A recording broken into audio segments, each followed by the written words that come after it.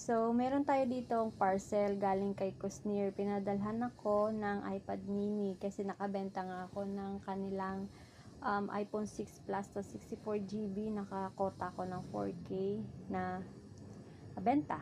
So, ayun, binigyan nila ako ng iPad mini. Ito nga po pala ay iOS 9 na po siya. 7.9 inches na siya. So, color black ito. 16 gigabytes lang ito.